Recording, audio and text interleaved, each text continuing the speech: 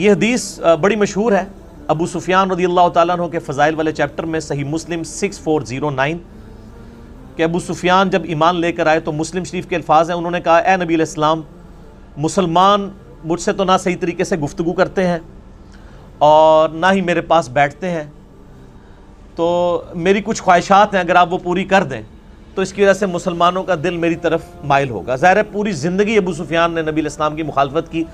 ابو جہل تو صرف بدر میں آیا تھا نا، اس کے بعد ساری جنگیں ابو سفیان نے لڑی تھی، فتح مکہ کے موقع پہ وہ مسلمان ہو گیا، تو ظاہر ہے کوئی سوئچ تو آن نہیں ہونا تھا کہ ایک دن میں ہی لوگ اس سے محبت کرنا شروع کر دیتے۔ تو مسلم شریف کے الفاظ ہیں، انہوں نے کچھ یعنی ریکویسٹ کی، ان میں سے ایک ریکویسٹ یہ تھی کہ میرے بیٹے معاویہ کو اپنا منشی بنا لیجئے۔ یہ یعنی علامہ وحید الزمان صاحب کا ترجمہ میں پڑھ رہا ہوں، یہ منشی کوئی نٹوریس ورڈ نہیں ہے، اسسٹنٹ کہہ لیں، کلرک کہہ لیں انگلش میں، یعنی اپنا اسسٹنٹ رکھ لیں، چونکہ یہ کاتب بھی تھے تو ان کو کاتب کے طور پہ آپ رکھ لیں۔ تو اس حدیث کے اینڈ پہ جو راوی ہے نا زمیل، ان کے الفاظ ہیں، وہ کہتے ہیں کہ ابو سفیان اس دن جو کچھ نبی علیہ السلام سے مانگ رہا تھا نا، آپ اس کے جواب میں ایگری کرتے جا رہے تھے، کیونکہ آپ علیہ السلام کی عادت تھی کہ آپ انکار نہیں کیا کرتے تھے۔ تو اس طریقے سے سفارشی طور پر ابو سفیان نے اپنے بیٹے معاویہ ابن ابی سفیان رضی اللہ تعالیٰ عنہما کو جو ہے نبی علیہ السلام کے منشی کے طور پہ، اسسٹنٹ کے طور پہ، کاتب کے طور کے اوپر بھرتی کروایا۔ باقی وہ کاتب وحی اور باقی ڈیٹیلز وہ میرا کلپ آپ دیکھ لیں، حضرت معاویہ کے بارے میں لاکھوں لوگوں نے دیکھا ہے، کیا حضرت معاویہ کاتب وحی تھے رضی اللہ تعالیٰ عنہ؟ تو میں نے بتایا کہ ہاں کاتب وحی تھے، لیکن ساتھ کچھ اور حقائق بھی جڑے میں جو آج میں ڈسکس نہیں کروں گا۔ اچھا، اس حدیث کی شرح میں صحیح مسلم 6409 میں آپ ذرا ورڈ بائی ورڈ اہل حدیث عالم علامہ وحید الزمان کے کومنٹس اور اہل حدیث ہی چھاپ رہے ہیں، یہ ذرا سنیے۔ یہ آپ صلی اللہ علیہ وآلہ وسلم کا حسن خلق تھا، یعنی آپ علیہ السلام کا حسن اخلاق تھا اور مصلحت بھی تھی، کیونکہ ابو سفیان کافروں کا سردار تھا، اس کی تالیف قلب بھی ضروری تھی۔ ہر چند ابو سفیان کا اسلام پہلے پہل تو جان کے ڈر سے تھا، مگر بعد میں شاید وہ پختہ ہو گیا ہو، اور جب آدمی اسلام لایا تو اس کے قصور اور کفر کے وقت کے سب گناہ معاف ہو جاتے ہیں۔ آپ صلی اللہ علیہ وآلہ وسلم نے تو وحشی قاتل حمزہ کا بھی اسلام قبول کر لیا تھا، لیکن اس پر بھی ابو سفیان کا خاندان نبوی صلی اللہ علیہ وآلہ وسلم کا ہمیشہ دشمن رہا۔ ابو سفیان عمر بھر حضرت صلی اللہ علیہ وآلہ وسلم سے لڑتا رہا اور صدہا مسلمانوں کو اس نے شہید کیا، اور اس کے بیٹے معاویہ ابن ابی سفیان نے جناب امیر المومنین خلیفہ برحق علی مرتضیٰ شیر خدا رضی اللہ تعالی عنہ کا مقابلہ کیا اور جنگ صفین میں ہزاروں مسلمانوں کا خون کیا، اور پھر اس کے بیٹے یزید نے تو ستم ہی ڈھایا، سیدنا حسن کو زہر دلوایا اور سیدنا حسین کو ایسے ظلم سے شہید کرایا جس کا حال لکھنے سے قلم کانپتا ہے۔ علامہ وحید الزمان صاحب لکھ رہے ہیں کہ حسن و حسین کے قاتل کون ہیں؟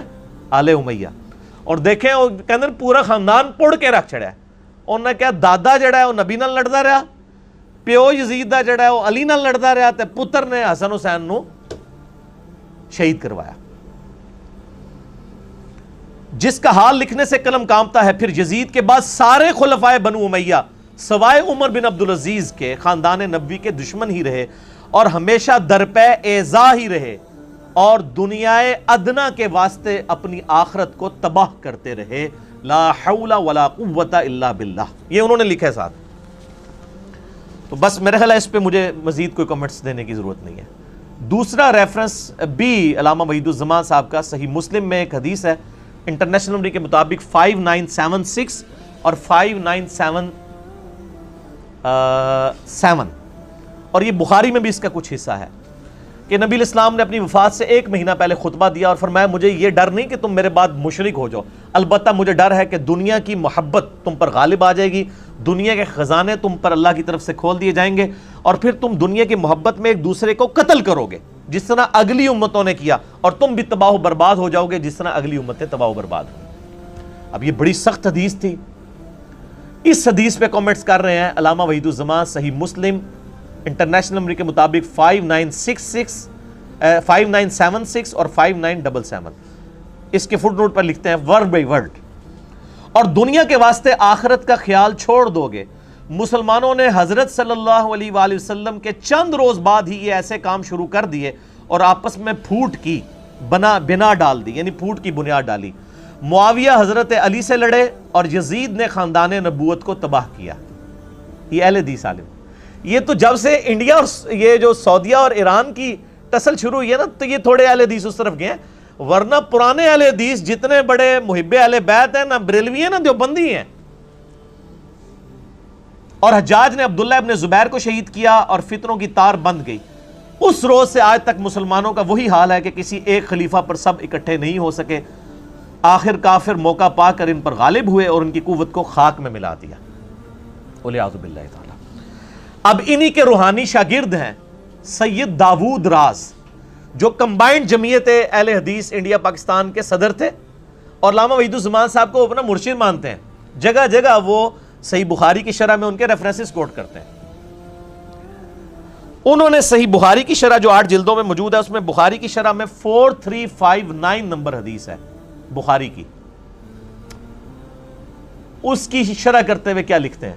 یہ بخاری کی حدیث ہے کہ جریر ابن عبداللہ رضی اللہ تعالیٰ عنہ یمن کے سفر پہ تھے اور اسی دوران نبی اسلام کی پیچھے ڈیتھ ہو گئی اور حضرت ابوبکر کو خلیفہ چن لیا گیا، اور ابھی یہ مدینہ شریف آئے نہیں تھے۔ تو راستے میں ان کی ملاقات ذو امر نامی ایک شخص سے ہوئی، جس تک آلریڈی نبی الاسلام کی وفات کی خبر پہنچ چکی تھی۔ وہ بڑا جہاندیدہ بندہ تھا، اس کے پاس یعنی علم بھی تھا۔ انہوں نے بڑے حسن سلوک کے ساتھ اس کے ساتھ معاملہ کیا، تو جاتے جاتے اس نے نا ان کو ایک نصیحت کی جو بخاری میں 4359 نمبر حدیث کے اندر امام بخاری نے نقل کی ہے۔ وہ شخص کہتا ہے کہ چونکہ تم نے مجھ پر احسان کیا ہے، میں تمہیں ایک بات بتاؤں گا کہ تم اہل عرب اس وقت تک خیر و بھلائی کے ساتھ رہو گے جب تک تمہارا طرز عمل یہ ہوگا کہ جب تمہارا کوئی امیر وفات پا جائے تو تم اپنا کوئی اور امیر مقرر کر لو، لیکن جب عمارت کے لیے تلوار تک بات پہنچ جائے گی تو تمہارے امیر بادشاہ بن جائیں گے۔ وہ بادشاہوں کی طرح غصہ ہوا کریں گے اور انہی کی طرح خوش ہوا کریں گے، یعنی جب خلافت ختم ہوگی اور ملوکیت آئے گی پھر وہ دنیا دار بادشاہ ہوں گے۔ یہ بخاری کے الفاظ ہیں۔ کانت بالسیف کانوا ملوکا یغضبون غضب الملوک ویرضون رضا الملوک۔ اس پہ حدیث مکمل ہوئی ہے۔ اس کی شرح میں سید داود راز کیا لکھتے ہیں؟ ذو امر کی آخری نصیحت جو یہاں مذکور ہے وہ بالکل ٹھیک ثابت ہوئی۔ خلفائے راشدین یعنی ابوبکر، عمر، عثمان و علی کے زمانے تک خلافت مسلمانوں کے مشورے اور صلاح سے ہوتی تھی۔ اس دور کے بعد کسرا اور قیصر کی طرح یعنی رومن اور پرشین امپائر کے ہیڈ جس طرح اپنے بچوں کو خلیفہ بناتے تھے، ان کی طرح طاقت کے بل پر بادشاہ بننے لگے اور مسلمانوں کا شرازہ منتشر ہو گیا۔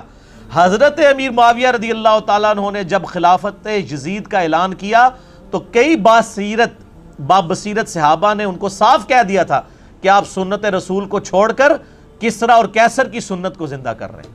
یہ بخاری میں ہے 4827 نمبر، میں نے اپنے پمفلٹ میں ساری حدیثیں ڈالی ہیں، آپ کو تعارف بھی کروا دوں گا۔ یہ داؤد راز لکھ رہے ہیں کہ کیسر و کسرا کی جو طریقہ تھا ان کو کس نے زندہ کیا۔ بہرحال اسلامی خلافت کی بنیاد امرہم شورا بینہم پر ہے، جس کو ترقی دے کر آج کی جمہوریت لائی گئی ہے۔ اگرچہ اس جمہوریت میں بہت خرابیاں ہیں، تاہم شورا کی ایک ادنا جھلک ہے، اور میرا بھی یہی موقف ہے کہ جو اسلامک ڈیموکریسی ہے یہ خلفائے راشدین کی ایک ماڈرن فارم ہے خلافت راشدہ کی، اور یہ دیکھ لیں سید داؤد راز صاحب نے بھی یہی لکھا ہوا ہے الحمدللہ۔ یہ 3 ریفرنسز تھے اہل حدیث علماء کے۔ اب یہ ٹاپک ایسا ہے کہ میں اس پہ گھنٹوں فی البدی بول سکتا ہوں، آپ کو پتہ ہے میری تو اسپیشلٹی جن ٹاپکس میں ان میں یہ بھی ہے ایک، لیکن to cut the story short میں آپ کو صرف ایک ریسرچ پیپر کا ہی تعارف کرواؤں گا جو میں اکثر کرواتا ہوں۔ یہ میرا ریسرچ پیپر ہے میرے بھائیوں، ریسرچ پیپر نمبر 5B، واقعہ کربلا کا حقیقی پس منظر 72 صحیح الاسناد احادیث کی روشنی میں۔ 72 کیا میں نے نسبت لی ہے شہدائے کربلا کی نسبت سے، ورنہ اس میں احادیث 200 سے زیادہ ہیں۔ اکثر احادیث بخاری اور مسلم سے ہیں، عربی میں بھی ہے، اردو میں بھی ہے، ہندی میں بھی ہے، انگلش میں بھی ہے، فارسی کا کام بھی ہونے والا ہے، پشتو اور بنگالی میں بھی لوگوں نے کام شروع کر دیا ہے الحمدللہ۔ میں نے اس میں ٹروتھ ریویل کیا ہے، یہ جعلی پس منظر نہیں، خیالی پلاؤ نہیں ہے۔ اور یہ ایک عبداللہ ابن سبا تھا، پوری امت کی مت مار دی اس نے، ایک کریکٹر گھڑا جو کہ مولا علی کے دور میں آیا تھا، شہادت عثمان میں اس کا کوئی تعلق نہیں ہے، صرف آل امیہ کی بدماشیوں کو چھپانے کے لیے انہوں نے یہ ایک جھوٹ گھڑا۔ اس کو تو مولا علی نے خود قتل کروایا تھا عبداللہ ابن سبا کو، وہ بعد کی پیداوار ہے۔ اس کو کھاتے میں ڈال دیا. میں نے یہ سارا ٹروتھ احادیث سے ریویل کیا ہے. یہ کوئی بنو امیہ یا بنو عباس کی لکھوائی بھی تاریخ نہیں ہے, یہ وہ احادیث کی کتابیں جو سامنے رکھی ہوئی ہیں. کیوں؟ کیونکہ نام ہے وہابی, نام ہے بابی, میں ہوں مسلم علمی کتابی. اس میں آپ کو خلافت راشدہ کا پتہ چلے گا, شہادت عثمان کے اصلی اسباب کیا ہے وہ پتہ چلیں گے, جنگ جمل صفین نہروان کے اوپر مولا علی کی حقانیت پتہ چلے گی, شہادت حسن کے بارے میں احادیث مل جائیں گی. آج جتنی احادیث میں ڈسکس کروں یہ ساری اس کے اندر موجود ہے. صلح حسن کی شرائط کیا تھی جن کو پورا نہیں کیا گیا, شہادت حسین علیہ السلام, یہ پوری ڈیٹیلز آپ کو انشاءاللہ 200 احادیث اس کے اندر مل جائیں گی. یہ آپ سافٹ کاپی ڈاؤن لوڈ کر سکتے ہیں ہماری ویب سائٹ ahlsunnatpak.com پہ جائیں, بکس اینڈ ریسرچ پیپرز والے پورشن میں جائیں, 5B ریسرچ پیپر ہے, ساری زبانوں میں آپ ڈاؤن لوڈ کریں جو مینلی ہیں, عربی میں, اردو میں, ہندی میں اور انگلش میں. اور آپ اس کی ہارڈ کاپی بھی گھر میں مفت منگوا سکتے ہیں. اس کے لیے آپ فون کریں ہمارے عثمان بھائی کو, ان کے فون کی ٹائمنگ ہے صبح 9 سے لے کر 9:45 بجے تک روزانہ, اور شام کو عصر سے لے کر مغرب تک. ان کا نمبر ہے +92-321-5900-162. پاکستان میں کریں گے تو 0321-5900-162. ان کو کال کریں.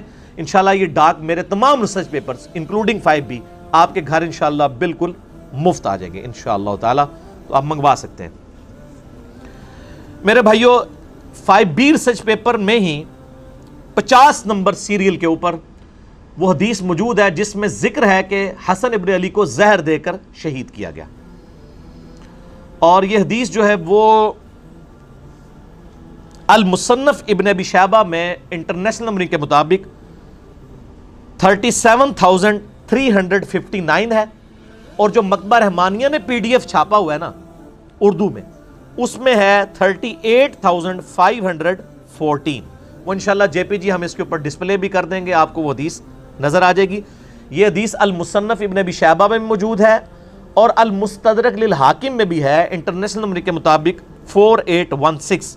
اور ہمارے جیلم شہر کے بہت بڑے ایک محدث شیخ غلام مصطفیٰ ظہیر صاحب حافظہ اللہ تعالی من الجنت والناس, شیخ زبیر علی زئی صاحب کے شاگرد ہیں. انہوں نے اس حدیث کی سند کو صحیح ڈکلیئر کیا اور ان کا رسالہ ہے السنہ. 26 نمبر میں انہوں نے یہ حدیث نقل کی, اور اس کے باقی بھی انہوں نے کئی ایک طریق تھے, ان کے سارے ریفرنسز اس کے اندر کوٹ کیے. انشاءاللہ ہم JPG میں وہ بھی یہاں پر ایڈ کر دیں گے کہ حسن ابن علی کو زہر دے کر شہید کیا گیا. وہ حدیث آپ کو میں ورڈ بائی ورڈ المصنف ابن ابی شیبہ سے پڑھ کے سنا بھی دیتا ہوں تاکہ آپ کو یہ بات پتہ بھی چل جائے. حضرت عمیر ابن اسحاق تابعی روایت کرتے ہیں کہ میں اور ایک آدمی, ان کا کوئی دوست تھا, حضرت حسن ابن علی کی عیادت کے لیے حاضر ہوئے. حسن ابن علی اس وقت اس آدمی سے کہنے لگے کہ مجھ سے پوچھ لو اس سے پہلے کہ تم مجھ سے کچھ پوچھ نہ سکو, یعنی میری موت کا وقت قریب ہے, کوئی علمی بات ڈسکس کرنی ہے تو مجھ سے کر لو. آپ دیکھیں کہ علم کتنی بڑی چیز ہے. یعنی اہل بیت میں سے پھر نبی علیہ السلام کے نواسے سیدنا حسن ابن علی, وہ موت کے وقت بھی کہہ رہے ہیں کہ کوئی علمی بات مجھ سے ڈسکس کرو. اس لیے میں کہتا ہوں علم حاصل کرنا یا علم سکھانا یہ ہزاروں سال کی عبادت سے بہتر ہے, نفلی عبادت سے, اس سے پہلے کہ تم مجھ سے پوچھ نہ سکو.